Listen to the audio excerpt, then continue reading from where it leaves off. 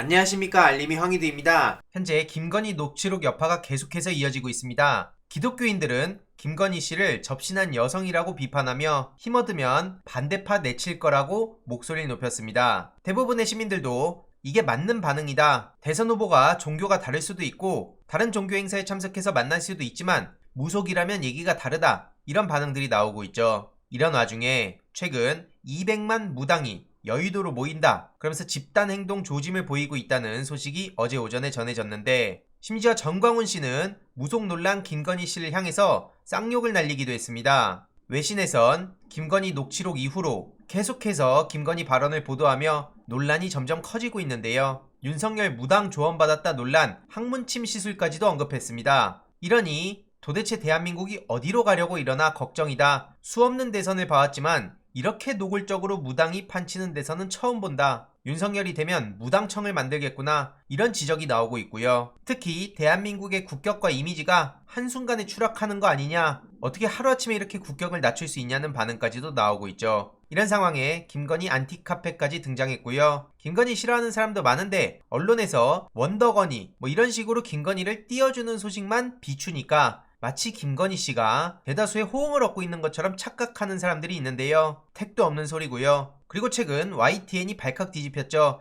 김만배 녹취, 윤석열 언급, 이게 예고만 나오고 갑자기 사라진 겁니다. 특히 최근 YTN 기자 11명이 변상욱 앵커의 사퇴를 요구한 일도 있었는데 이거 압박이 있어서 그런 거 아니냐는 반응도 나오고 있고요. 저런 잣대대로면 여태까지 야당 편 들던 기자들은 도대체 뭡니까? 그런 데는 찍소리도 못하는 게 저들의 특징이죠. 그래서 YTN 시청자 게시판이 불타고 있고요. 변상욱 대기자를 응원한다는 목소리가 나오고 있습니다. 김만배 녹취록에 나온 윤석열 왜 불방됐는지 해명해라, 똑바로 방송해라 라는 목소리가 나오고 있고요. 현재 민주당에서도 신속하게 대응에 나섰죠. 오늘 오후 2시에 YTN 상암동 본사 앞에서 윤석열 녹취 뉴스 미방영 관련 기자회견을 진행했고요. 이재명 후보는 오늘 보배드림에 등장해서 중고차 허위 매물에 뿌리를 뽑겠다고 선언을 했죠. 오늘 오전에 직접 이렇게 글을 남겼는데 중간에 반대파들의 신고로 잠깐 블라인드 처리가 됐다가 다시 공개가 됐습니다. 다수의 시민들이 현재 중고차 시장을 못 믿는다는 건데 허위 매물을 올려놓고 고객을 유인한 다음 다른 차량을 시세보다 비싸게 강매하고 계약 철회를 요구하면 협박하는 사례가 많기 때문이죠. 경기도지사 시절부터 여기에 문제의식을 가지고 조사해본 결과 전체의 95%가 허위 매물일 정도로 상황이 심각했다는 겁니다. 그래서 중고차 허위 매물을 걸러내는 상시적 감시 시스템부터 구축했다는 거고요. 반칙 앞엔 예외 없이 경기도에선 허위 매물 감시 시스템을 실시했고 이걸 국가 차원으로 끌어올리겠다는 내용으로 보입니다. 그래서 면밀한 상시 단속 체계를 구축하고 대기업 시장 진출 의견도 있지만 중고차와 판매자에 대한 신뢰성 확보, 중고차 성능 담보, 공정한 거래 질서 확립 등 장치부터 마련해야 된다는 게 이재명 후보의 생각이란 거고요. 더 나아가 적극적인 의견도 부탁했습니다. 이렇게 정치란 국민의 삶을 바꾸는 것이고 공동체의 규칙이 잘 지켜지도록 하는 게 국가의 가장 중요한 책무이기에 이재명 후보가 직접 중요한 문제를 경청하고 대안까지 내놓으려고 온 것이죠. 이런 게 정치적 효능감 아니겠습니까? 이외로도 민주당에서는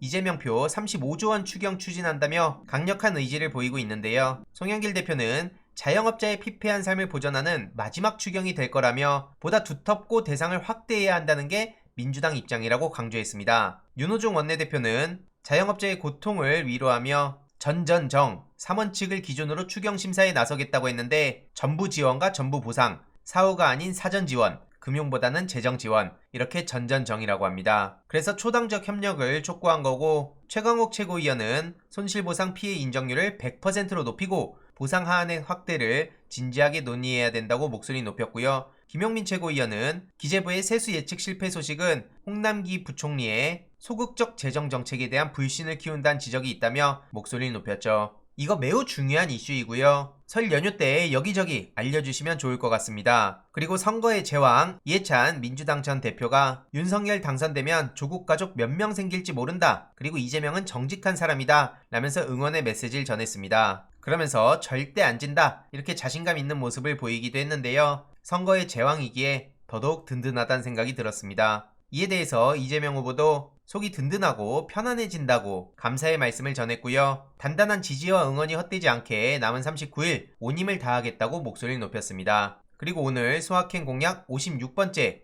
모든 버스와 지하철에 5G 와이파이를 설치하겠다, 이런 소식을 공개했는데요. 이런 거야말로 진짜 소확행 아니겠습니까? 민주당은 이렇게 열일하고 있는 반면 국민의힘은 방금 전 속보로 코로나 투표 방식에 이의 제기를 걸었습니다. 무효표, 부정선거 논란 나올 수도 있다. 하지만 선관위에선 총선 때도 이미 실시했는데? 이런 답변을 해서 망신만 당한 거죠. 결국 국민의힘이 민경욱 황교안식의 부정선거 떡밥까지 몬 거 아닙니까? 오늘 이준석 대표는 방송 나와서 센 척하고 있던데 뒤로는 조용히 저런 짓들 꾸미고 있었던 겁니까? 무당의 힘, 최순실 시즌2, 극우 포퓰리즘 논란에 이어서 부정선거 떡밥까지 등장했지만 무능한 마삼중 당대표는 키보드만 두들기고 있네요. 선거를 3번 떨어질 순 있지만 본인 선거는 다 떨어진 사람이 선거에 제왕 행세하며 여기저기 훈수 두는 게 어이없다는 거고요. 누가 보면 이해찬 전 대표님급은 되는 줄 알겠습니다. 그나저나 최근 보고 논란도 모른 채 넘어가려나 본데 그거 쉽지 않을 거라 보고요.